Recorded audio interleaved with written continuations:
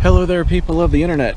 The sun is just in an absolutely awful spot for this range. Not only is it right in my face, but if I point the camera down that way, I doubt you guys would be able to see anything just from the glaring effects from the sun. But I'm out here now, and I can't exactly change the position of the sun or the position of the range.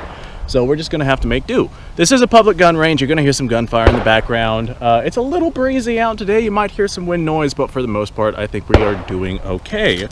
I'm out here with some 308, but this is not your typical 308. This stuff is black powder 308, and I have no idea how it's going to perform. So this is homemade black powder. I wanted to come out and test my homemade stuff to see how effective it is in muzzleloaders and inside of cartridges. It works pretty gosh darn well inside the muzzleloader, so I'm betting it'll probably work pretty gosh darn well in cartridges as well.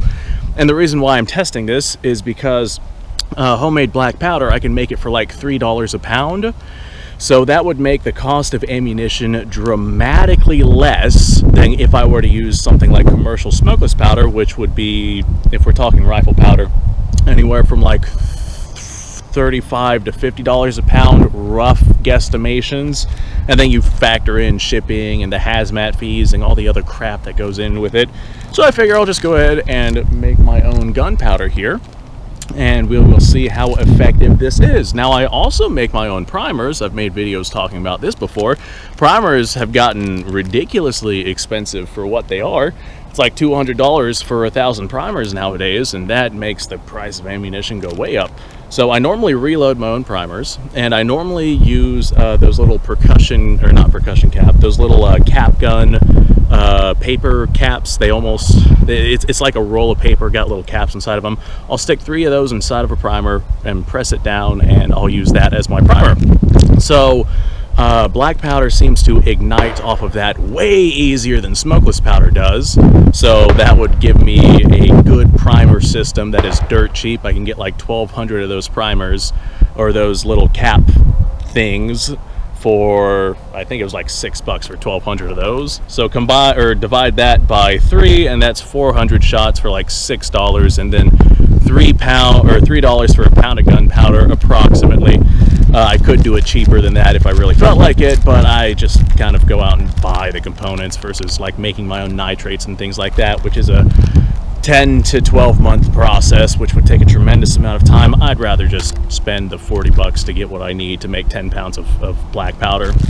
So I got those in these cartridges. I am going to work on getting myself a mold to be able to cast my own bullets. I don't have a 308 diameter bullet caster or bullet mold as of right now to cast my own bullets, otherwise I would.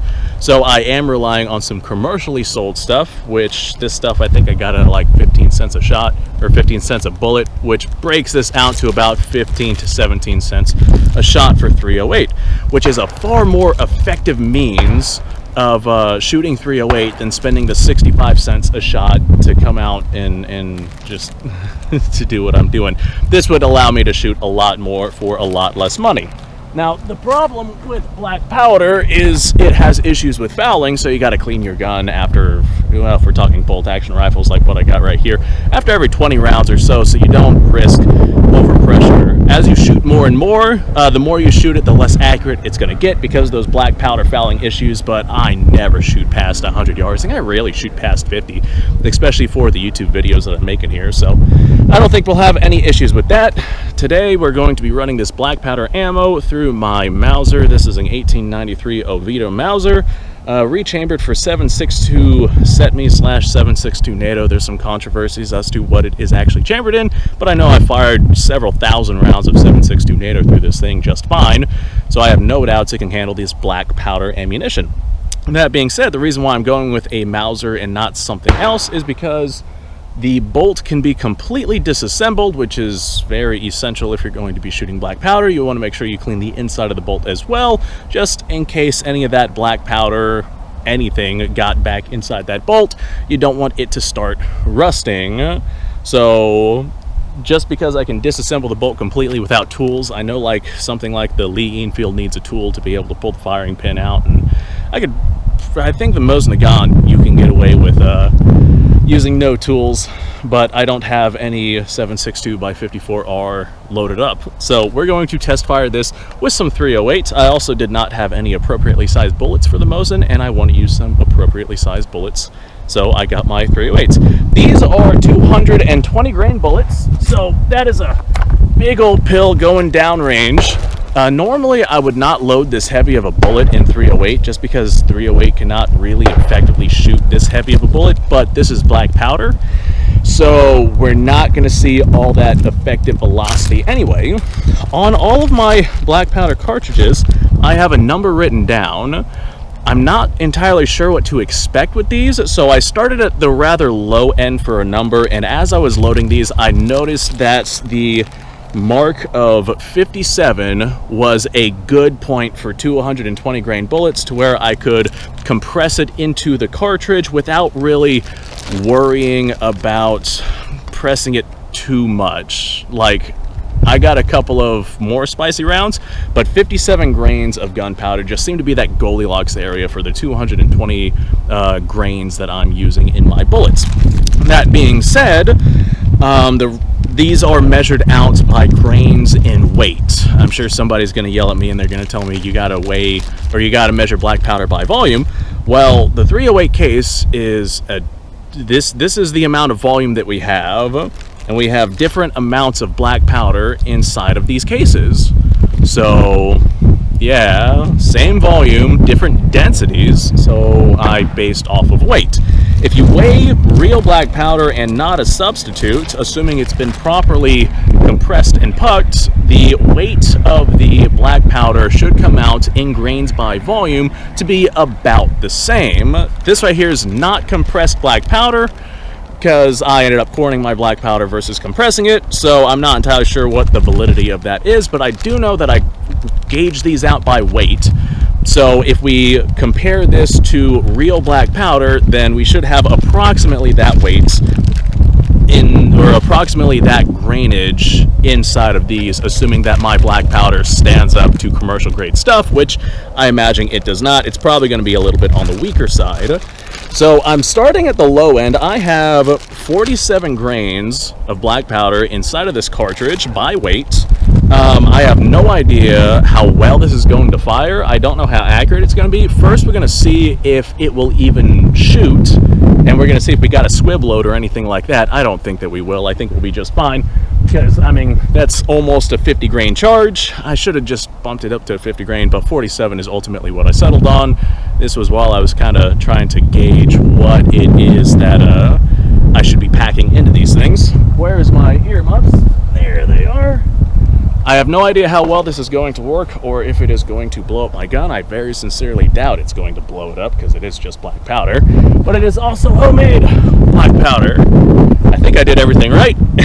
Let's find out. So 220 grain bullet and 47 grains of black powder out of a 308. I'm going to go ahead and probably just like hold this up away from my face. We're going to look at the brass, look for signs of overpressure. Again, I very sincerely doubt it, but guns do weird things. So let's fire this just like this. Oh boy, that was definitely black powder, and that was definitely 220 grains. Okay, whew, that is quite the smell we have going on here. So it did fire using those what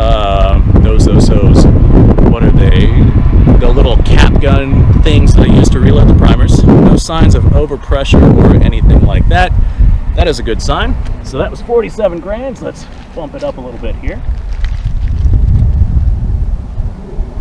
This right here is 57 grains. I'm going to go ahead and shoulder this one because we had no signs of overpressure for that one, and I'm not at all surprised about that.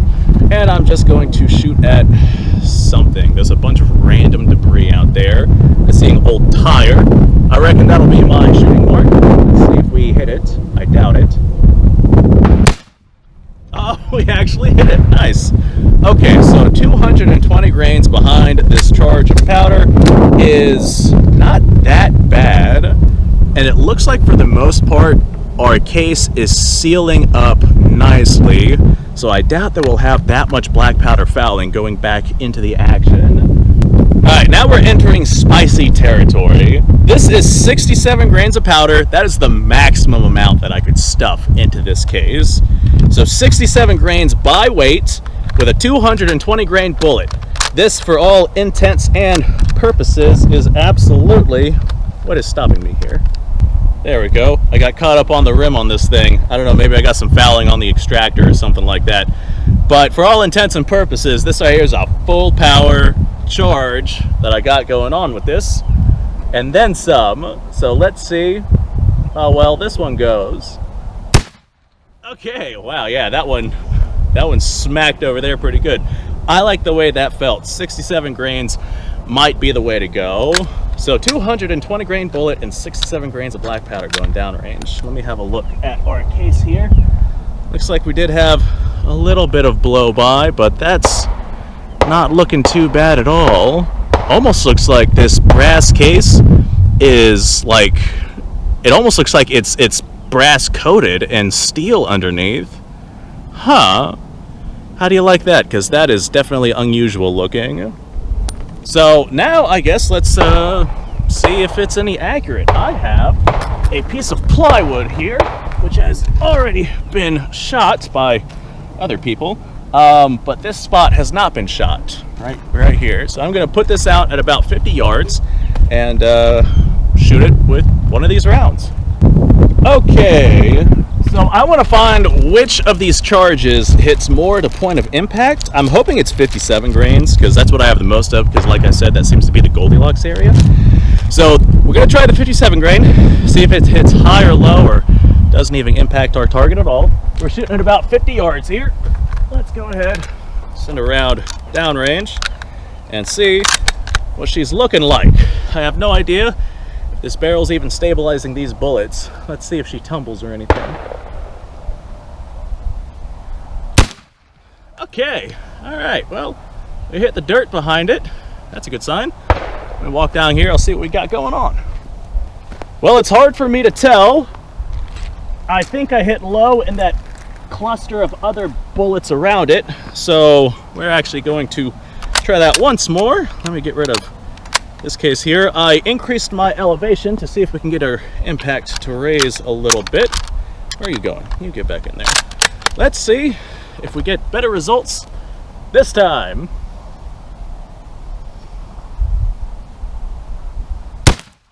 Okay. All right, let me walk down there and have a look. Okay. Big sad, but not the end of the world, ladies and gentlemen. If you're watching this, we have ourselves a little keyhole right here. So that right there is about on point with where I was aiming, but that does not matter because, like I said, she keyholed. So this rifle cannot stabilize 220 grain bullets. I will have to probably lighten that charge to, I'll try 180 grain and see how that goes. I'm still going to shoot these pills that I've got loaded up, just at stuff that's at super close range, because I mean the 50 yards that we're at, I still managed to hit my target. Would make fun for good YouTube stuff. So I will have to use lighter weight bullets for my 308. That's fine, I'll save the heavier pills for something like 30-06. Okay, well, that's all that I have to say on this particular subject. I'm gonna go ahead and do the outro. Thanks for watching, folks, appreciate your time. Like, subscribe, share. Description below has a link to all sorts of stuff. Go check it out. You guys go off, have yourself a fantastic day, and I'll see you guys in the next episode.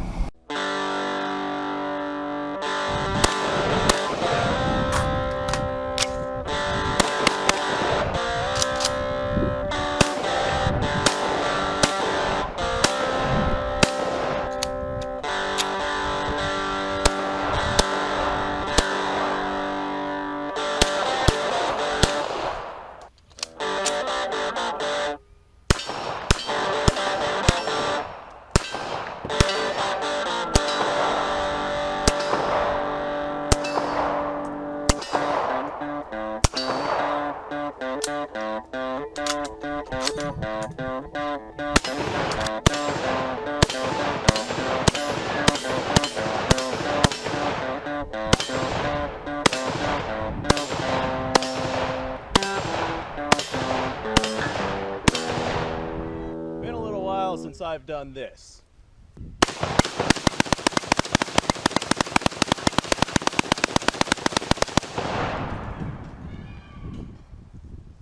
Bonnie and Clyde be damned.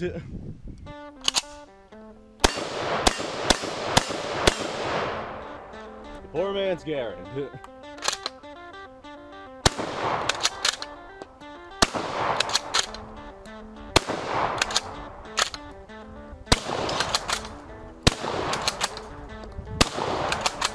It's a shame that bolt-action shotguns aren't more mainstream.